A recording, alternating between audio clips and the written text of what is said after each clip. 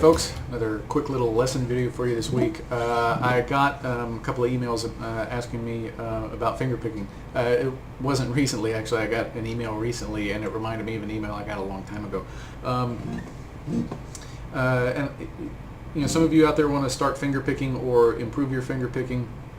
So I'm just going to start kind of with the basics, and if you know, and if you'd like some follow-up, you know, let me know.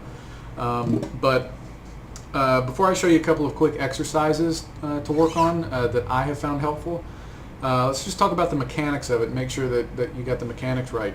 Well, first of all, there's not really a one right way to finger pick, I don't think. I know that the classical guys will disagree with that, and that's fine.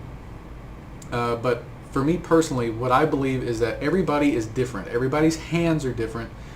Things are going to be more comfortable for other people than others when it comes to, you know, what kind of technique you use.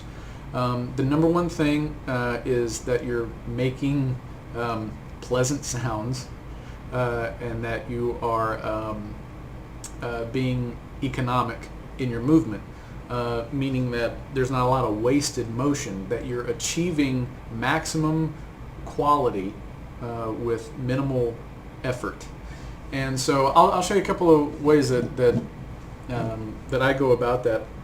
You know, first, rest the weight of your arm here on the guitar, and then what you have to do after that is now you got to find a place to transfer this weight, because you know, if you just finger pick freely and your hand's just kind of floating around, anytime you pick a note, you know, your hand's going to kind of do that right there. I'm exaggerating the motion, of course. But it leads to, even though it's a small motion, when you pick a string and your hands go away from the strings after plucking them, even that little bit of movement, that's wasted motion. You want to try to eliminate that as much as possible. And so I've seen some people will take the kind of the heel of their palm right here and just rest it on the bridge and pick that way. That's fine. What I like to do is use the pinky. It's the way that I was taught when I was learning from you know, a couple of teachers of mine. My dad was one of them, that were bluegrass guys, and they were banjo pickers, and it was one of the things I learned from them. Using the pinky, you just, you know, whatever weight isn't resting here, the weight is then resting on this pinky, so this way your hand stays in one spot all the time. So your hand doesn't do any moving, only your fingers do, and that eliminates a lot of wasted motion. So this way you can pick faster, you can pick more accurate, and so that's what I like to do. Typically I use the thumb, usually for the bass notes, and these two fingers. If you want to get into more classical picking, you'll introduce a third finger into it, but first you want to try to get the thumb and two fingers involved, and just start there. If you want to get into more, you know, classical style picking, you know, that's then you can introduce that. But you know, I guess that's another lesson, one that I'll have to study for, because I'm not really a classical picker. I do use the ring finger from time to time, but normally I find these two and the thumb are sufficient for what I do on the guitar. The other thing too is keeping the fingers relaxed. I like to keep them curled in, so they kind of act more as picks, rather than kind of having them out like this and brushing across the strings. You get a more definite attack when you kind of curl the fingers inward. Some people like to use nails. Again, a lot of the classical guys and jazz guys will grow the nails out and kind of put some kind of a hardener on them, because if you just try to grow out your nails and not put any like acrylic or whatever it is those guys use, you'll break your nails. I know, I tried that once. But still, I'll use the nail sometimes, but I've developed calluses on these fingers as well, so that's another route that you can take there. Okay, so that's just a really quick breakdown of some of the mechanics, at least what I do. Try to find what works best for you. Again, the most important thing, making sure that you're eliminating wasted motion. So that's really important. Let me show you a couple of quick exercises that you can try. It goes like this. You're making kind of an F chord. I'm not going to talk too much about that. We're talking about the right hand.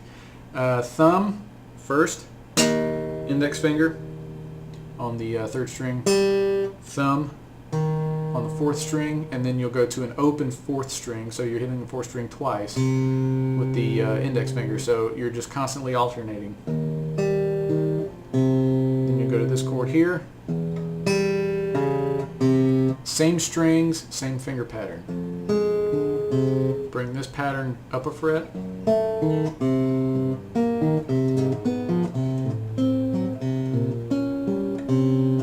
and you can continue that up, and you can go as fast as you want to. Very jazzy kind of a thing. The other thing you can do is, after you've gotten comfortable with that, introduce the middle finger into there. So thumb, middle, thumb, index. Whoops.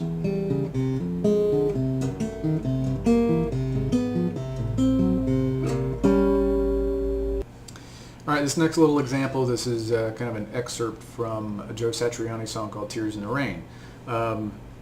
This is going to be an example of using a thumb and now 3 fingers. So if you want to get into more of the classical style thing, now it's pretty much like adding another pick. So I'm not going to post the whole song, of course, because it's not my song and I can't do that. But I'll post some tabs of this little excerpt, and then if you want to learn the whole song, well, it's up to you to go buy a book or learn it by ear. So starting out with an A minor 7, open A, that's going to be the thumb. Then we have a C right here. This is a 5th string, 3rd fret. I'm sorry, reverse that. 3rd string, 5th fret. And then 2nd string, 3rd fret.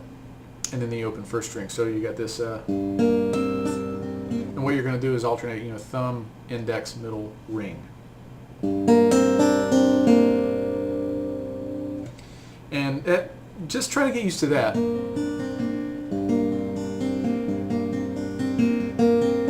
Because it can be kind of tough to throw in that ring finger. It's this is not a very strong finger. So at least for me it's not. I don't know, for you it might be. After that you got kind of this strange little chord here. It's like some kind of it's like an F diminished of some kind. So then you have 3rd fret of the 4th string, 4th fret of the 3rd string, 3rd fret of the 2nd string, and then keeping the 1st string open once again. Same pattern, only the thumb's changing strings. 4th string, and you're just going to go 4, 3, 2, 1, alternating thumb, index, middle, ring. Take the same chord progression, go up 1, 2, 3 frets, and then you're back to the 1st chord, and then repeat.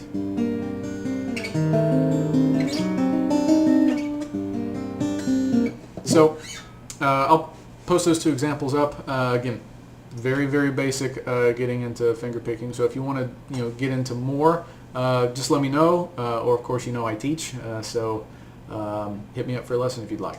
AndrewsMusicCorner.com. Tabs will be up. I'll see you next time.